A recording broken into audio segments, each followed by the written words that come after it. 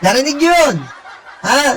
Pagkatapos po nun, bibigyan sila ng 10 araw din. After 3 days, iimbitahan na yan si Sara Duterte. Pwede niya bang isnabin yan? Hindi po. Bakit? Yolo, bakit? Nangiisnab si Sara. Bakit? Inuuna niya yung outing sa Quezon. Ha? Inuutan Doña Choleng, inuuna niya yung Doña Choleng kaysa sa mga hearing sa Kongreso. Baka isnabin yan, hindi niya po pwedeng isnabin to. Bakit? Ang Supreme Court, ang Korte Suprema mismo, ang nagdikta. Ha? Ang Korte Suprema po mismo ang nagdikta sa kanilang bagong resolution, sa kanilang bagong dokumentong nilabas. Ginagawa lang po ng Kongreso ang kanilang tungkulin. Ayon sa Korte Suprema, nilalakaran nila ang utos ng Korte Suprema. AI Morena, shoutout. Salamat po, Ma'am AI Morena. Ngayon, pwede bang umatras si Sara Duterte? Hindi po. Dahil, kung aatras siya at tatakbo siya sa Korte Suprema, anong nangyayari? Anong sasabihin ng Korte Suprema? Kapag pumabor pa ang Korte Suprema sa iyaing petition ni Sara Duterte na ipatigil na naman to, kung ipinatigil niya ang Senado, hindi niya pwedeng ipatigil itong Kongreso dahil ang Korte Suprema po mismo ang binabaybay at sinusundan ng impeachment complaint. Kasi po ang mangyayari dyan, pagpapail na naman sila Sara Duterte sa Supreme Court. Nandito pa lang po tayo sa Committee on Justice. Ang gagawin po nila, pupunta na naman sila sa Supreme Court. Ano sasabihin? Itigil ang pag-iimbestiga ng Kongresong ito. Pamamersonal. May bago na naman silang isyong ipapahid dito pero hindi na po pwede yun. Dahil ito po, ang Supreme Court po mismo, ang nagutos dito, binago po ang calendar days, binago po ang session days. Pumabor po ang Kongreso, nag-adjust sila. Binago po ang sistema. Ang express lane po ay hindi na express. Nag-adjust po sila. Ginawa nila ang pinakamabagal Committee on Justice to plenary to Committee on Justice, bibigyan ng panahon ang sinasakdal na si Sara Duterte ng 10 days. Galing po yan sa Korte Suprema. Bibigyan po ng 3 days para paghandaan po ang Committee on Justice. Bibigyan po sila ng panahon na ipagtanggol ang sarili nila sa Committee on Justice. Puro po ito sa Korte Suprema. Hindi po ito pwedeng tablayin ni Sara dahil tinatabla niya ang utos ng kataas-asang God o Padre para na ang kanyang kakampi ay ang Supreme Court.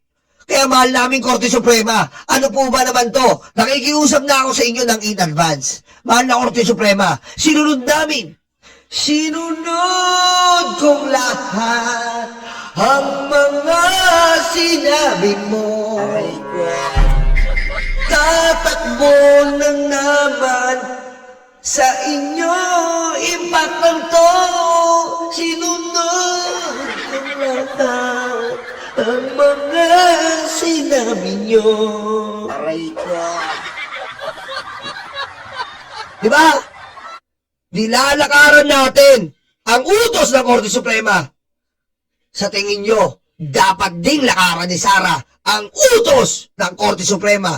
Because the God of Father Farah, they say, is the last resort of justice. Therefore, Your Honor, Mr. Chair, if the Supreme Court is the last resort of justice, then let the Supreme Court be on rule in this impeachment complaint. If Sara Duterte will decline the Congress, this is not right, Your Honor, Mr. Chair, because we are following the footsteps and the Supreme Court ruling against Sara Duterte versus Senate versus House of Representatives. Okay? We are following the last ruling, Sara Duterte versus House of Representatives. So if this will not apply to Sara Duterte, it means it's so awful. Aray ko. Let us advance again to Ah. our beloved countrymen, no? Yes. Palagi tayong tinatanong, paano po kung hindi sumipot ang respondent? Oh. Paano po kung hindi dumating sa hearing Oh. ang Vice President? Oh. Again, her presence in the hearing is part of her right to due process. Okay, okay. So whether she wishes to come or not, it is actually her prerogative. Oh, kita nyo? Ano po ibig sabihin? Come, baby, come. Baby, baby, come, come. Ano sabi niyo, Lister? Narinig niyo po. Come, baby, come. Baby, baby, come, come. Oh, ayan, iiwas ka na naman. Come, baby, baby, come, baby, baby, come. Ayan, iiwas ka na naman. Ayan, iiwas ka na naman. Come, baby, baby, come, baby, baby. Oh, ayan, iiwas na naman. O, ito, nakarelate si ano. Nakarelate si pare Jason Reyes, tsaka si pare Eduardo. Dati po yan dancer eh. Nagda-dance yan eh. Street boys wannabe yan. Pati si Alex, oh. Nakarelate si Alex, yung admin natin. Kasi si Alex po, dati yung hinahagis. Yung mga sa pestahan. Si Alex po yung hinahagis. Okay, ayan na. Main debate na, climax. Si Alex, iikot yan, 15 sa ere. Diba, pare Jason, tsaka pare Eduardo, iikot yan, 15 sa ere. Pag iikot sa 15, sasaluin yan ng kumot. Aray ko. Kaya nakaka-relate yun eh. Come, baby, baby, come. Tapos bigla magmamakara na, oh, yeah! Hararay! Wala tako naman na kinamakanela. Aray ko. Oh, ang layo naman. Putik, naging 90s disco yung impeachment. Almusal pa more! Diretso. Kung hindi siya darating Oh! dun sa hearing, Oh! it will be interpreted merely as her waiver of her right to be present during the hearing. Uy! After our hearing proper, Oh! step 5 tayo. Step The 5. justice members will be voting on the determination of probable cause. Nako! The required vote is majority of all Oh. the members of the Justice Committee. Kita nyo, required po, majority of all. The majority daw. The majority daw. The majority daw. Aray ko. And we have to add as well, Oh, mayroon din pong prerogative. Prerogative. Pag-attend at bumoto ang mga ex-officio members. Uy! We are pertaining to the House leaders. No? Nako. Whatever will be the decision of the Justice Committee on the existence of probable cause, isusulat po okay, Mami Chris Rose. Love yan, Yolo Boy. Aloha, BMB. Di ko na kayo mag-isa-isa pa, busy pa. Thank you, Mami Chris Rose. Yan, di natutulog yan. Si Mami Chris Rose po, nakakausap ko yan, 80% po nanonood siya sa YouTube natin, 20% na lang yung trabaho. Kaya po sa company ni Mami Chris Rose, salamat po ha. Salamat po.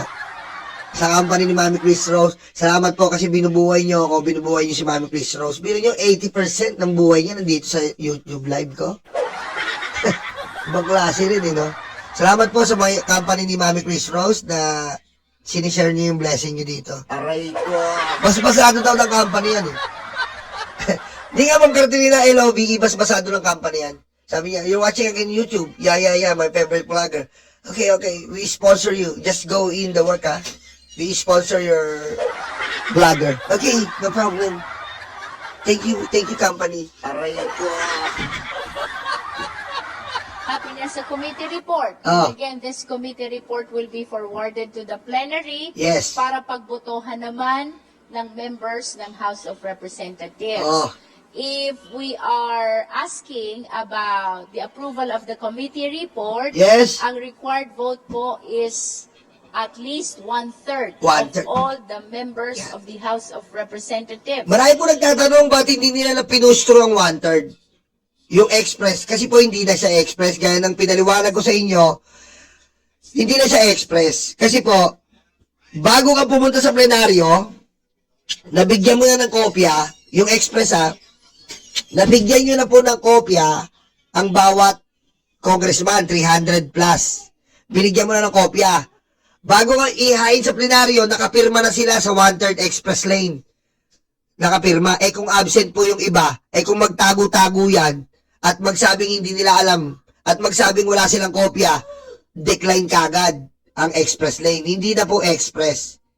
So, hindi po nila sinunod yon, hindi nila kinuha yung pattern na yon dahil hindi na talaga express. Ngayon, pag may 1/3 ka, kung sakasakali nakapirma ng 1/3, nakakuha sila. Ang problema naman po, dadalhin pa rin po sa Committee on Justice yan. Dadalhin pa rin po sa Committee on Justice, pagbubutohan pa rin nila yung nakuhang 1/3, tapos babalik na naman sa plenary. Hindi na po siya express. Kasi yung express po yan, pag may 1/3 ka, diretso Senado. Kaya nga po express. Ngayon, binago po ng Supreme Court, hindi na po express. Mas maganda na po ito, Committee on Justice. Slowly, but surely. Yun na po. Ha? Yun na po yun. Slowly, but surely. Parang jowa mo. Mabagal man ang iyong pagdiga, pero sure naman na sinagot ka. Diba? Diba? Kasi may mga ngayon, kala nila, I love you lang sa messenger. I love you too. Tapos pag nakita mo, putik. Diba? Putik. Ilong lang ang maganda. Diba? Slowly but surely. Yung pala nadali ka lang ng malupit na filter, parang ganito. Oh. Diba? Filter lang pala, parang ganito. Tingnan mo, oh. Alam mo, totoo. Pogi talaga nito. If we will be able to get 1/3, then this means the transmittal to the Senate of the articles of impeachment is warranted. Kung magsalita ang lawyer ni VP doon sa hearing, pwede siya magpadala ng lawyer and magsalita yung lawyer. This will be decided upon by the members, Yes. but I wish to advance. Wala po sa rules ang participation ng lawyers. Oh my God! Oh my God! Ang kasama niya ay 5-5. Ang sabi ko, hoy Sara, bawal dyan abogado kahit pa si Fortun Narbasa ang dala-dala mo. Humanap siya sa front, then sa kanyang back. And Sara, nagbaliw na naman. And after 20 minutes, she was knocking on the door. Nakita ko si Sara patakas na dun sa floor. Siya'y bigla na pa kamot at talagang nasyak. Sara, ready na siyang masibak. Tenen, tenen, tenen. Sara nabaliw na.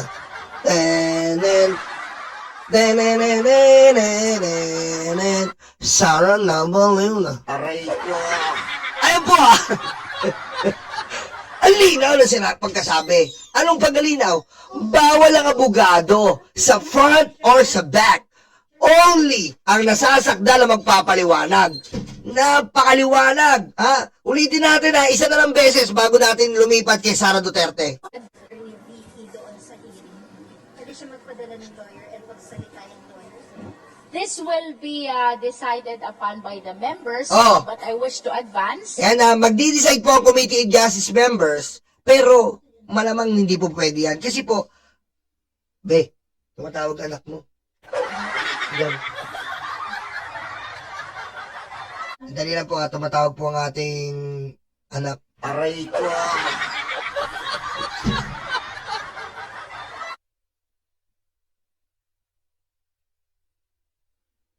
Ayan po syempre hindi po papayag sa isang korte po. Sa isang korte po. Hindi po papayag dyan. As much as possible. Ang sinasakdal po ang magsasalita. Meron po pagkakataon na sinasakdal po ang magsasalita. Pero hindi po dito. Ito po ay impeachment complaint. Kailangan po ikaw mismo ang magpapaliwanag. Dahil ikaw ang kawani ng gobyerno. Hindi po yung abogado nyo ang kawani. Hindi po siya ang niluklok ng taong bayan. Hindi po siya ang inaakusahan. Sino po ang dapat dumalo? Ang impaktang jablitang tsakelita. Di ba? Kaya po, ang sabi ni Ma'am Luistro, no, no, no. Diretso. Wala po sa rules ang participation ng lawyers. Oh.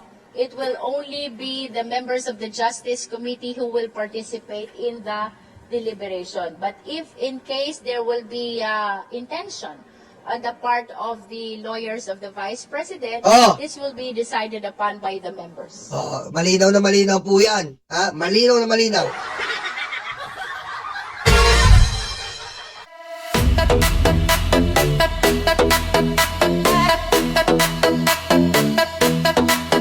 Takot na ang mga aso, dumarating ang mga kaso. Sila ay sinusundo na, dadalhin sa tatay nila. Aray waranto, takbo na bato, takbo na bato, takbo na bato. Aray waranto, bakit na bongo, bakit na bongo, bakit na bongo. Aray waranto, takbo na bato, takbo na bato, takbo na bato. Aray waranto, bakit na bongo, bakit na bongo, bakit na bongo.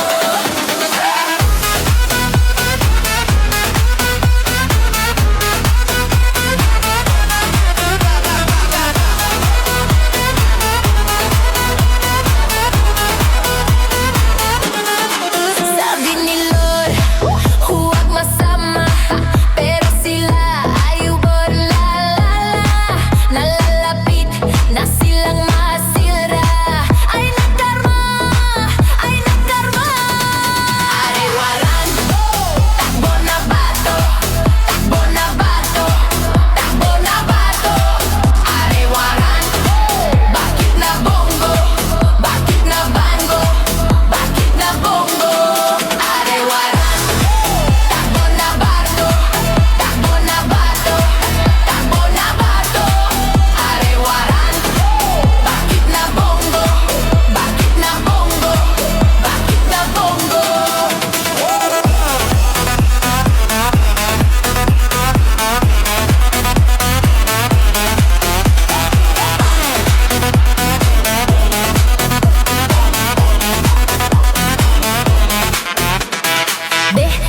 Utakluga, stanga-tanga, utakluga, stanga-tanga, utakluga, stanga-tanga, utakluga, stanga-tanga. Dede is stanga-tanga,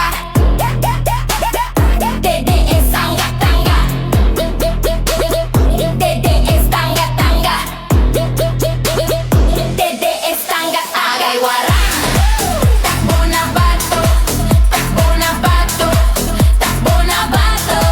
Aray waran, bakit na bongo, bakit na bongo, bakit na bongo.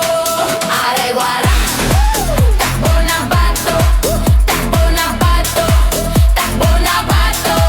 Aray waran, bakit na bongo, bakit na bongo, bakit na bongo.